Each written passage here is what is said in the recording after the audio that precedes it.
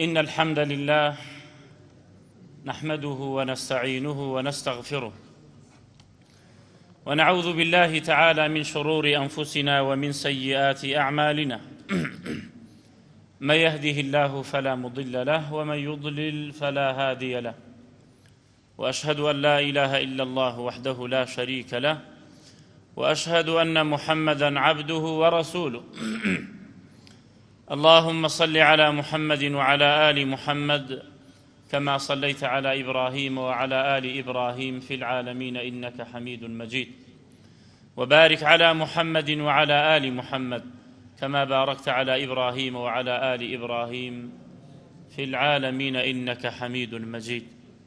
أما بعد جارێکی تری لە خزمەت بەڕێستانە ئەچینە سەر کەبیرەیەکی تری ئەو کەبیرەش ئەوەیە کەسێ توانای هەبێت قودرەتی هەبێت بتوانێت بچێت بۆ حەجی ماڵی خوای پەروەردگار نەچێت ئەمە تاوانێکی گەورەیە ئەمە یەکێکە لە کەبیرە بەڵام پێشەوەی بێنە سەر عوقوبەی ئەو کەسانی کە توانایان هەیە و ئەتوانن بچن بۆ حەج و ناچن حەزەکەم یەک تۆزێ فەضائیلی حەج باز بکەم بۆی کەسێ فکر بکاتەوە لە فەضیلەتی حەج چ فەضیلەتێکە لەوێ یەکەم ئەو فەضیلەتەی لە دەسەچێ دووهەم کەسێ ئەو هەموو فەضائیلە بزانێت لە حەج نەچوونی بۆ ئەوێ چۆن مەحروم بووە بەڕاستی یەکێ لەوانە پیاوێکی ئەنساری هاتە لای پێغەمبەر عەلەیهی سەڵات وەسەلام فەرمووی ئەی پێغەمبەری خوا چەند کەلیماتێک مەیە پرسیارت لێ بکەم فەرمووی دانیشە ئەمجا پیاوێکی تر لە ثەقیفەوە هات فەرمووی ئەی پێغەمبەری خوا چەند کەلیماتێکەیە لێتی بپرسم و جوابم بدەیتەوە فەرمووی ئەنسارەکە لە پێشتووە لە پاشاندا بە ئەنسارەکەی فەرموو ئەمە غەریبە و غەریبش حەقی هەیە لە سەرمان فەرمووی ئەی پێغەمبەری خوا جارێ جوابی سوالەکان ئەو بدەرەوە فەرمووی وەرە پێشەوە ئەگەر گەرەکتە جوابی ئەو پرسیارانت ئەدەمەوە کە هێشتانە لێمت نەکردووە ئەزانم پرسیارەکانت چییە ئەمە ئەوە ئەگەیەنێت خوای پەروەردگارە فەرمێ قل لا يعلم من في السماوات والأرض الغيب إلا الله أي محمد عليه الصلاة والسلام بأمتكت بلي كس لغيب نازاني لآسمان ولزوي إلا الله نبيت بلام أمام قيد بن أما جبريل بي فرمي سلامي خوي لسر بيت جبريل بي فرمي يعني پیغمبر عليه الصلاة والسلام لغيب نزانيو هر کس يوتي من لغيب زانم أبي كفري پي بكي واتا باوري پي نكي اگر باورد بو کرد أبي كفر بو آياتي قرآن بكي چنها آيات لقرآن هر کس ادعاء علمي غيبي کرد وتي تو للرقا واتو تو وللرقا آواتو تو وتتوا أكم لا تنسر سرمان النبي همو بشريك شيطانيك لقلايا همو إنسانيك شيطانيك لقلايا هتا پیغمبرش عليه الصلاة والسلام شيطانيك لقلايا بلان فرمو شيطانكي من خواهي قورو مهربان مسلماني كردو تسميل بو من فكاتي للرقا حكايتكيتو قصاءكيتو ديبو لاي أمبيا وكا ادعاء علمي غيبك يشتانا أجيت أوي أليتو للرقا وات نوت كاك خلاص ما علمي غيبة زاني نا شيطانكت بيش خود ديبو لاي بشيطانكي أمري أسبينيت بن جوية وعلي وايوتو أوش بكابر علي لا تعجب نية كس لغيب نازاني إلا أخواي قورو مهربان نبي ولو باسا كمان أولنية فرمو أي پیغمبری خوا جوابم بدرو پرسیارەکانم جواب بدرو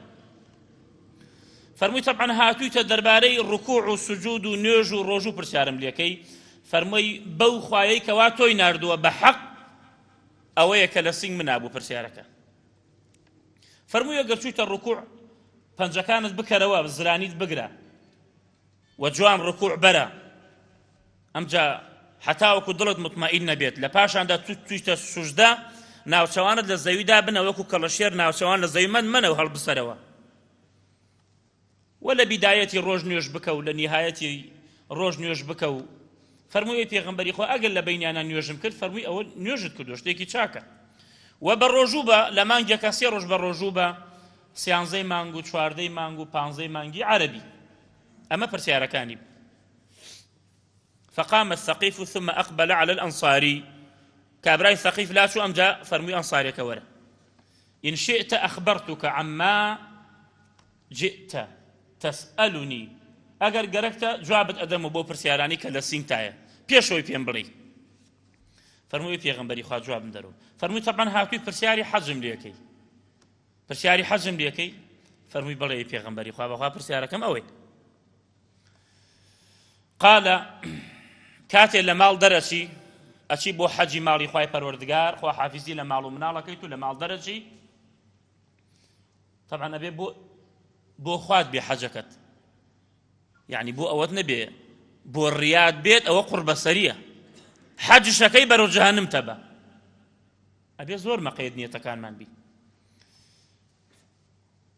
فرموي كاتي لمال درجي ولعرفات وسي والرمي والجمارة كيتو سرت تاشيتو آخر طوافتك وطوافي وداعكي ببيت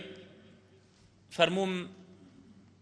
بو خوايك واتوي ناردو بو حق أما برسيارة كان من أي بيغمبري خوا فرموي فإن له حين يخرج من بيته أن راحلته لا تخطو خطوة واتحشتركي كالسواري أبي ودعاي سفر أخوانيو يك هنگاو دانا حشتركي إساك سيارية تيارية فرقينية إلا كتب الله له بها حسنة حشتركت بايك داني شاكيك بونسري أو حط عنه بها خطيئة أما كي تريد أنا يا أوتا قناه كده سرسرته يتربزات شن هنگاو أنا هتاوكو حج هر هنگاو يك شاكيكو أو هنگاو كي تري خرابه كده سرسرته فإذا وقف بعرفة كاتي الروجي بيجرنا أشيبو عرفة وسي فإن الله عز وجل ينزل إلى سماء الدنيا فإن الله ينزل إلى سماء الدنيا رونا هروتا بكردين عليه خواي قورو مهربان دا أبزي بو آسماني دنيا دا أبزي خواي قورو مهربان نك رحمتي خوا دا أبزي نك أمري خوا دا أبزي خلقية تأويل يكالا نا خداي قورو خوي ذاتي خوي جل جلاله دي بو آسماني دنيا دي بو آسماني يكم إيواري عرفة إن جاء أوي شو بيبو حج سبحان الله إيواري عرفة يك سكينيك فيا أبي يقريان لو موقفة فيا أبي هل خوتو يعني شعورك أو آسمان لبان سرت زخت ليك جل جلاله دا أبزيت آسماني يكم وكو مسلمان باور من بيتي وإيمان من بيتي كخدا دا أبزيت آسماني يكم بس شون دا أبزيت پرسیار ئەوە مەکەن نازانی چۆن دا ئەبەزێ چۆن دا نابەزێ با خەڵک درۆ نەکا بە دەمانەوە بڵێ ئەها مەلا ڕەمەزانە لێ خوا وەک ئێمە چۆن دابەزین و دائەنشین والعیاذ بالله ئەوە کوفرە پرسیار لەوانە ناکەین بەڵام ينزل إلى سماء الدنيا فيقول خدا أفرميت بكيف فرميه بملائكة فرمي انظروا إلى عبادي شعثا غبرا سيري عبد كان بكن شعثا غبرا سرو قجان تيك شو غباراوين توز دايا ليان توز طبعا دوسي روجة لإحراماتي لعرفة شو روجة قبيل لمناع جلي إحرام لبرد بي أو روجة لعرفة جلي إحرام هل لبرد تتكواتا شعث غبري تبو توز ليتي داو قجت تيك شو شهدوا أني قد غفرت لهم ذنوبهم إيوه بشاهد من أي ملائكة كان أوي لو موقفه واستوى لا هميان خوش بو ولوانش خوش بم كتكاكا للاي من بو أو عبداني كلمال نهات بو حج ولمن شفعتم له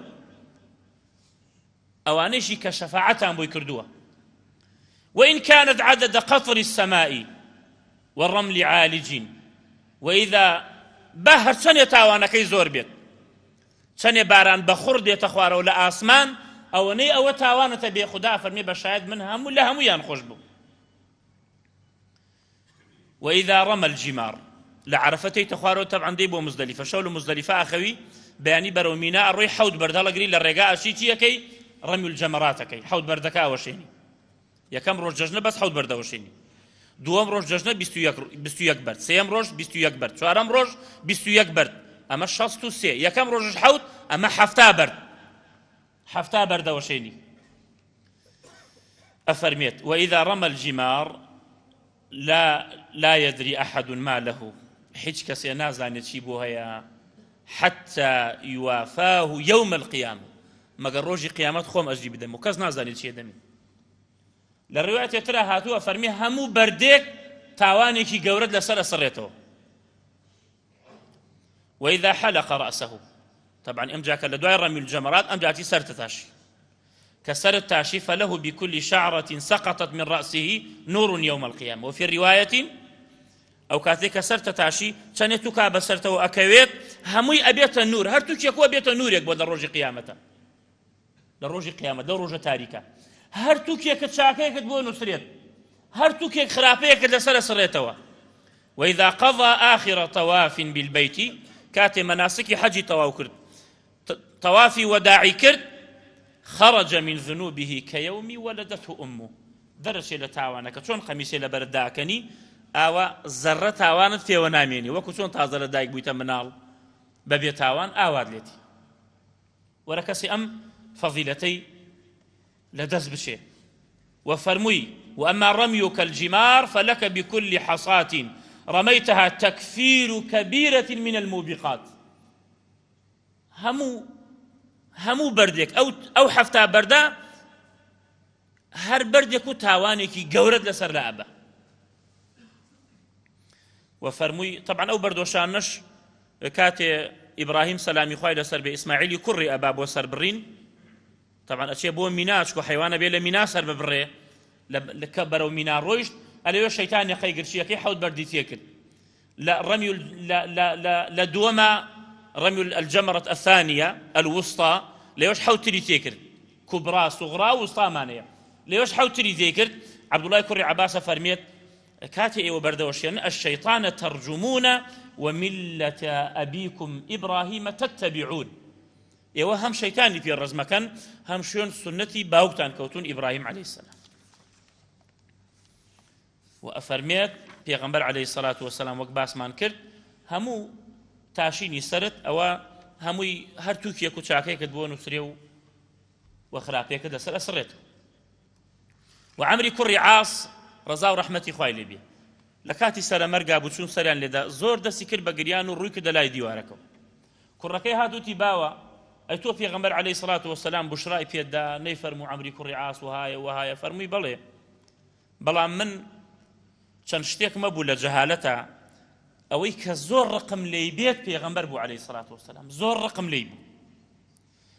و سەعاتێکم گەرەک بوو لە شوێنێکا دەستم بکەیەوە بیکوژم جا خۆوان بکردایە خۆ من ئەهلی ئاگر بووم بەڵام کاتێک چوومە لای پێغەمبەر عەلەیهی سەڵات وەسەلام و شایەتمانم هاورد و دەستی بۆم درێژ کە دەستم ناوە ناو دەستی و ئەفەرمێت دەستم گوشی وتم پیغمبر علیه الصلاة والسلام فرمی او بو واکەی وتم أردت أن أشترط وتم أي پیغمبری خوا بوی وام کرد بوی مرج دابنم شر دابنم لم إسلامتي منه قال بماذا تشترط بماذا شروط چی دانەی قلت أن يغفر لي شرطێک دانم کە من خوای گەورە و میهرەبان لە هەموو تاوانەکانم خۆش بێت فرمووی قال أما علمت أن الإسلام يهدم ما كان قبله ئەی نازانی کەسێکە موسڵمان بوو هەرچی کردبێ هەمووی هەدمەکە قەتلت کردا زینات کردا شرکت کردا کوفرت کردا نیفاقت کردا دووزبانیت کردا غەیبەتت کردا ماڵی خەڵک هەرچیت کردا مادام موسڵمان بووی شایەتمانت هاورد و موسڵمان بووی هەمووی هەدمەکە وأن الهجرة تهدم ما كان قبلها هجرت كردن نازاني هجرت كردن لما كوبو مدينة هەچ تاوانەتە بێ خوای گەورە و میهرەبان لە هەمووی خۆشە بێت وأن الحج يهدم ما كان قبله ئەی نازانی کە حەجت کرد هەرچی تاوانەتە بێ خوای گەورە و میهرەبان لێت خۆشە بێت وأفەرمێ پێغەمبەر عەلەیهی الصلاة والسلام تابعوا بين الحج والعمرة متابعة بکەن لە بین حەج و عومرەیە بچن بۆ حەج و عومرە زۆر لە سەحابە هەبووە 80 حەجی کردووە هەبووە 60 حەجی کردووە، هەبووە 90 حەجی کردووە لە تابعی و لە سەحابە. تابع بين الحج والعمرة فإنهما حج عمرة كردن زور رويشتن بو حج عمرة ينفيان الفقر والذنوب. دولة من كان واتي ما كان بشن بو حج عمرة بارتان أميني أو الشايتي في غنبر عليه الصلاة والسلام أفرميت فقيري وتاوان نفيئك كواتب برو دولة مني تبا برو شاكتبا حج عمرة.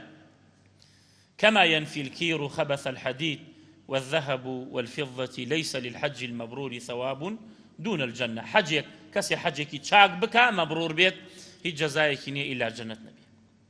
وفرمي پیغمبر عليه الصلاة والسلام الغازي في سبيل الله والحاج والمعتمر أو كسيك درجة بو غزا بو جهاد كردن لبينا أخوايا أو كسيك أتي بو حج أو أتي بو عمره وفد الله أو أنا وفدي خواي قورن وفدي خواي قورن مهربان. تشبيهات نبي ولله المثل الأعلى. شون دولتك وفد أن يريبوا دولتك تري أقر ريكامين معقول وريكو بيك وشاك وقصزان وكرم وبأخلاق وريكو بيك وشيوي جوانا أوانيري وكو وفدك أمسك سو وفدي خوان دعاهم خدا بانجاني كرد فأجابوا أمان جوابي أنداو بويلي لبيك اللهم لبيك خوايا أو جوابتم داوة خوايا أو جوابتم داوة تو فرمود ورن بو حج لبيك اللهم لبيك لبيك لا شريك لك لبيك أو جوابم داوة پروردگار أو هاتم بو حج عمره وسألوه فأعطاه داوای هاتشي بكي لوي خواي قورو مهربان أداتي. وباسي حجر الأسود كأفرميه أو برد الرشل للجنة وهاتوا لما سبيتره أو برد للجنة وهاتا ركن يماني للجنة وهاتا رحمي خواي قورو مهربان وايا روناكي والشوقي أو دو الركني شاردتوا بوشايتي أقر خواي قورو مهربان أو حجابة لا بدا شوقي خورا قرينيتوا حجر أسود والركن يماني هدو كان الجنة وهاتوا. أفرميه ليأتين هذا الحجر يوم القيامة له عينان تبصر بهما ولسان ينطق به ويشهد على من يستلمه بحق. أفرمي والله أو برد الرشال روج قيامته خدا دو چاوي أداته زبانك أداته شايتي أدابو كسي كوا إسلامي كردوا بحق واتبا مسلمانيتي واتل لبر طاعتي خوا وسنتي پیغمبر عليه الصلاة والسلام. عمري كوري خطاب فرموي برد الرشاك أزانم تو برديكي ونزل لقيني ونقانجاس حجر أسود كلا جنة وهاتا نزل لي هي ونقانجاس بلام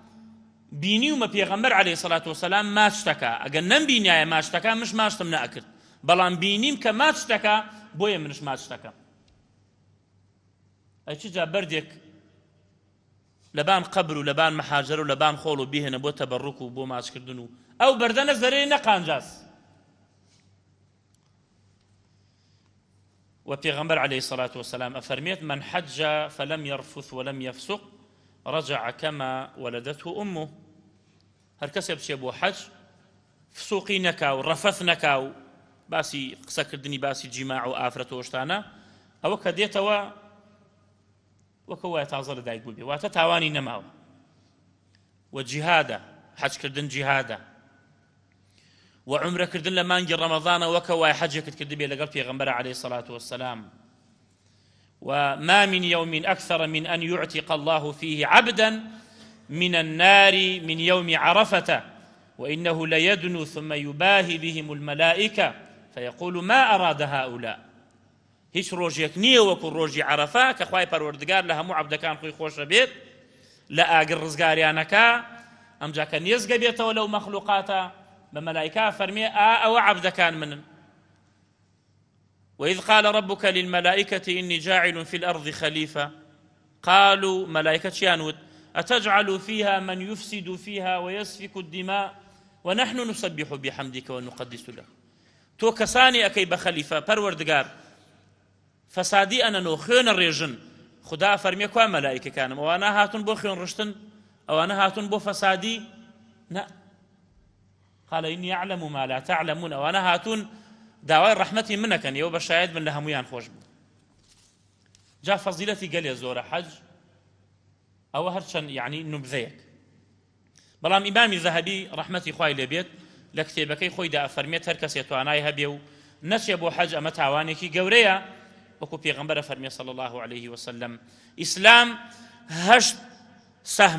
سەهمە. ئیسلام سەهمێکە، نوێژکردن سەهمێکە، زەکات سەهمێکە،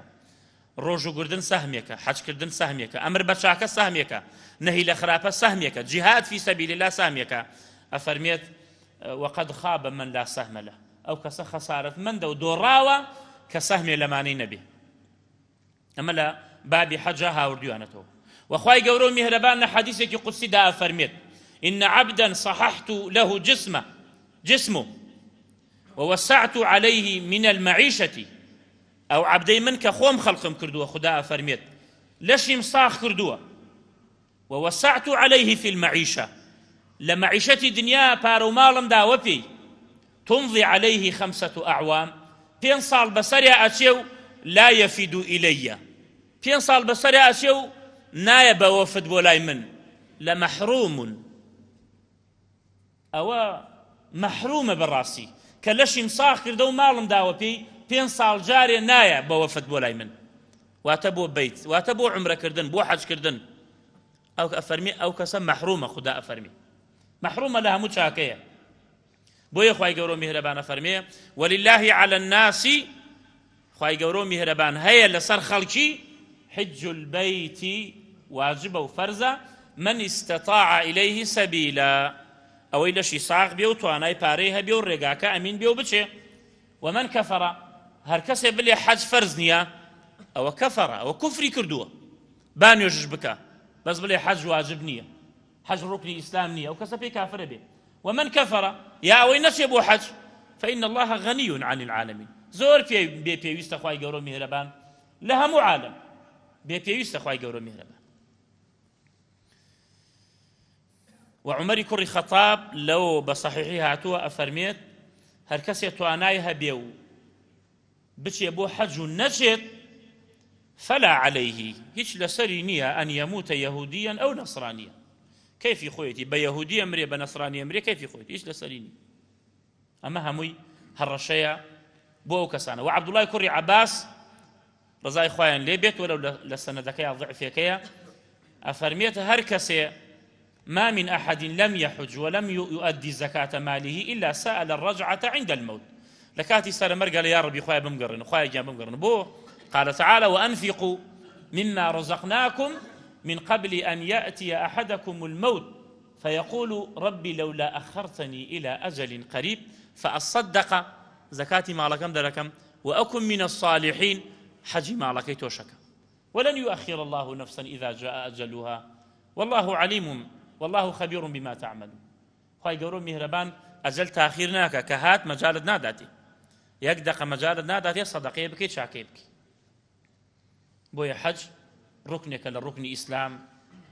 فەریضەتێکی گەورەیە و پێغەمبەر عليه الصلاة والسلام فەرموویەتی إن الله فرض عليكم الحج فحجوا. خوای گەورە میهرەبان حەجی لەسەرتان فەرز کردووە حەج بکەن. پیاوێکات فەرمووی ئەکول لە عامەی پێغەمبەری خوا هەموو ساڵێ حەج لەسەرمان فەرزە بەری کردە ئەولاوە پێغەمبەر صلی الله عليه وسلم ڕووی بەولا وەرگێڕا، هەمسە هاتووە ئەولای لێگرت فەرمووی ئەکول لە عام ڕووی هەڵگێڕا، هەمسە هاتووە بەردەمی فەرمووی ئەکول لە عام هەموو ساڵێ فەرمووی اتركوني كما تركتكم، وازم لێ بێنن چۆن وازم لێتانە وتم حەجێ بکەن. لو قلت نعم لوجبت، ئەگەر وتم هەموو ساڵێ خۆ واجبە بێ لەسەرتان، ئەگەر واجبش بێ خۆ ناتوان هەموو ساڵێ حەج بکەن. فإنما أهلك من كان قبلكم كثرة سؤالهم واختلافهم على أنبيائهم. ومتاني بيشيوكا أواني بهلاكاتشون زور برسياري نكر، زور برسياري بمعنى برسياري بيسود هر برسياري نكر واختلافي لسر پیغمبران. وبيغمبر عليه الصلاة والسلام لجياني خويدا لبيغمبرايتيا يك حجي كرت أوش حجي مع العوايبو كحجي كرت بيغمبر عليه الصلاة والسلام وآموشگاری خەڵکەکەی کرد و فەرمووی هەوڵ بدەن بێن بۆ حەج و ئەو ئافرەتانی کە هاتن بۆ حەج فەرموویەتر لە دوای ئەم حەجە بۆ خۆتان دانشن چونکە ئافرەت باشتر وایەتر لە ماڵەوە دانشێ وەقەڕنە فی بیوتیکن و ئیستا دیاردەیەک شەیە و زۆر ئافرەت هەیە بەبێ مەحرەم ئەچێ بۆ عومرە ئەچێ بۆ حەج ئافرەتی جوان و ژاهێڵ من بینیوم بە چاو خۆم کەس لەگەڵیان نەبووە نە برا نە باوک نە هیچ مەحرەمێک ئەوە لە جیاتی ئەجر و پاداشت گوناهبارە بێت هەندێ لە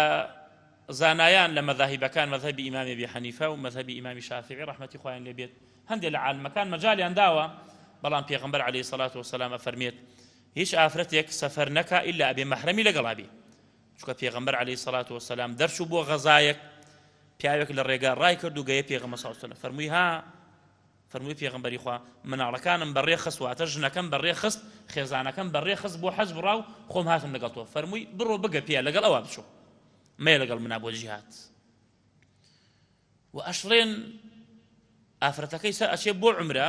کابرای ئەبوو قافڵەچی لە خۆی مارەیەکە وەکو جەماعەتی متعەوشت ئەمە ئەلێن حیلە شەرعی طبعا شەرع حیلەی تیان نییە ئەو کەسە خۆی حیلە بازە لە خۆی مارەیەکە بۆ ئەمە یعنی بۆی ببێتە مەحرەمی بۆی دووسێ وەرەقەیەکی دەستکەوت لەگە خۆیان بیبا و ئیتر خوای زانی و وەختی حەجش ئینسان لەوێ ئەبێ زۆر مەقەیەد بێ خصوصا لە کاتی حەجە کە قەڵەباڵغا يعني پێغەمبەر عەلەیهی سەڵات وسەلام ئەفەرمێت کاتێ مسلمان حەجی تەواو کرد با زوو بکا بگەڕێتەوە بگێتە ئەهلەکەی تو 30 ڕۆژت پێچێ 35 ڕۆژت پێچێ پیاوەیە تەحەمل ناکە نەک بڵێن لەوێ شەیتان نییە و نازانم یعنی نەفس ناجولێ ئەوە درۆ دەلەسەیە نەفس ناجولێت چییە چونکە ڕێگا و جێگانی اینجا و ئافرەتە وەرە بەتەنها بێت ئەبێ حاڵی چۆن بێ لەوێ ما شاء الله إن شاء الله كناوج نسراب وحج نازم 2400 کەسیان گەرەک چەندێکیان گەرەکە ئەچی بۆ بانک هەر ڕێگانیە ما شاء الله مسلمانان گشت ناوە نووسێ و ئەچی تەسمیلی کەی فایلەکە تەسمیل بکەی هەر ڕێگانیە ما شاء الله و داواکەین لە خوای گەورە میهرەبان بأسماء الحسنى وصفاته العلى کە چۆن ئاوا کۆمانی کردوتەوە ئەلەم شوێنە مبارەکەدا لەم شوێنە پیرۆزەدا ئاوا کۆمان بکاتەوە لە ماڵەکەی خۆی ئاوا کۆمان بکاتەوە لە دار القرار إن شاء الله کە جەنەتە داواکەین لە خوای گەورە میهرەبان لە گوناهەکانمان خۆش بێ و ئەوەی بەتەمایە و نیەتی هەیە بچێ بۆ حەج خوای گەورە میهرەبان کاری بۆ ئاسان بکا و بتوانێ حەجەکەی بکا و بە جوانی و خوای گەورە میهرەبان شفای نەخۆشەکانمان بدا و ڕەحم لە مردوەکانمانش بکا وصلى الله وسلم على نبينا محمد وعلى آله وصحبه والتابعين